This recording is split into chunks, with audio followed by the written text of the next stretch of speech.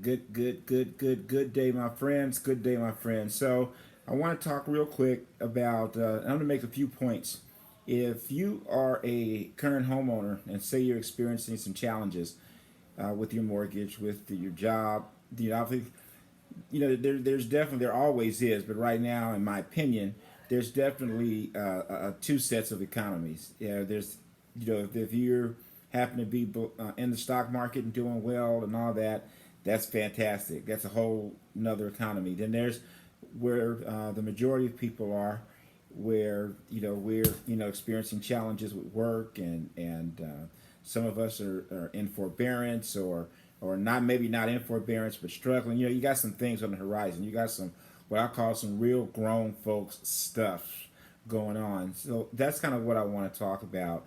And I want to talk about some things just because I have some experience at it since I've been doing it a while, and with the forbearance in particular, or if you're behind in your payments, basically. So I know that there's some new things that happened with the forbearance this past summer, in particular, right? When the pandemic started, and there were rules that were laid out.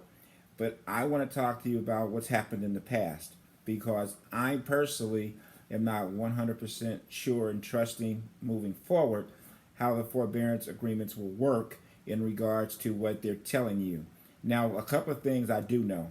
I do know that if you are in forbearance now, that once you get out of forbearance, there is going to be a time frame, and there's difference of opinions from what I'm understanding on what that time frame is before you'll be able to refinance.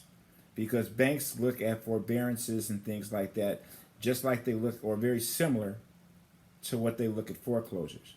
So don't think that you've jumped into or considering going into a forbearance. You'll come out of that forbearance and then you will be able to immediately refinance to a lower rate.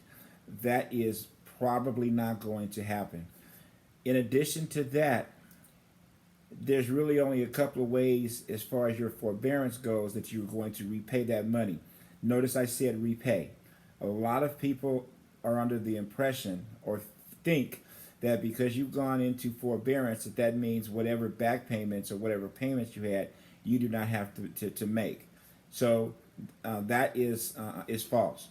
You are going to either have to add those payments, add whatever you're behind. So if you're behind 3 months, they'll take the 3 months, they'll average it out and add it to your monthly payment, and generally it's for about 12 months. Maybe it could be longer or whatever, but normally in the past it's about 12 months. So what I'm saying to you is that if you're having difficulty making your current payment before, now you're going to have to make a higher payment for 12 months until that back portion of it is paid off. All right? Or you may be able to get it added to the back end of your loan to whenever you sell or refinance or something at that particular point. And of course, some lenders may require you to, or you can just lump sum pay off whatever the forbearance is and continue to move forward at your current payment. So obviously that option is not available to a lot of people, but that will be an option. So a couple of things that I want you to look at. Say you are behind in your payment, or you may be getting there and you're looking at making some decisions. You got life is happening.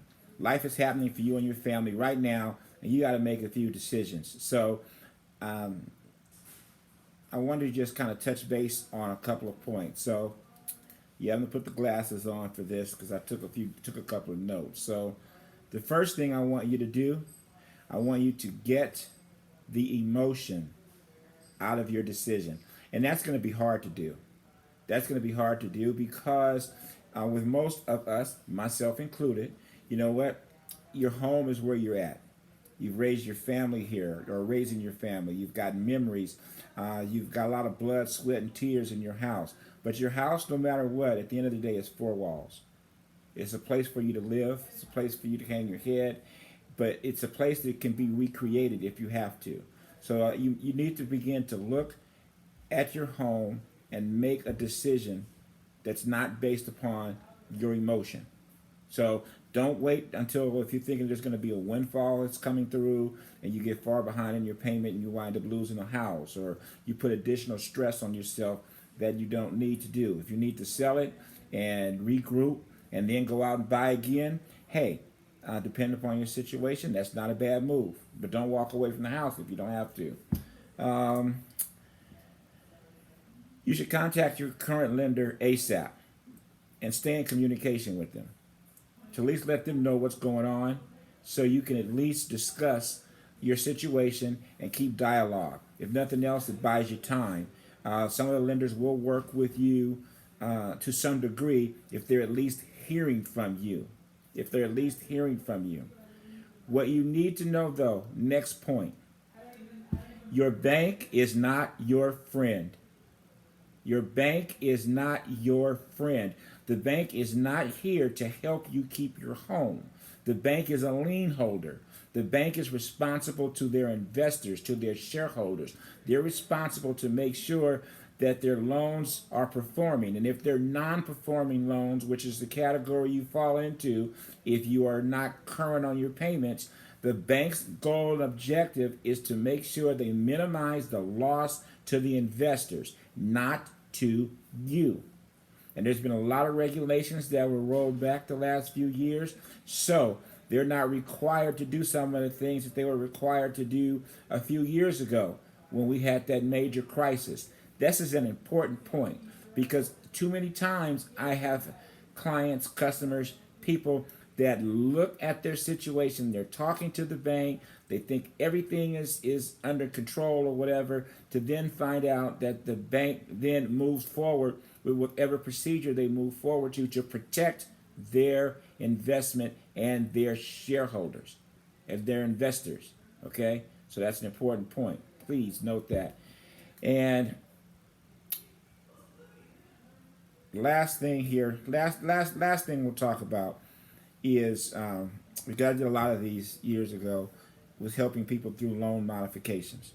So now I'm not going to sit here and tell you that it's impossible for you to get a loan modification, but here's what I am going to tell you. I'm going to tell you that let's suppose that your house is worth $500,000, and let's suppose you owe $300,000 on it. So there's $200,000 there of quote unquote equity, right? Now, you're behind your payment 3, 4, 5, 6 months, whatever it is. And or you might not even behind your payment at all. But you're going to the bank and now you're going to ask them to modify your loan. Or you're going to ask them to reduce your principal amount that's owed to them. I'm here to tell you that in 99.9% of the cases, you are not going to get a loan modification.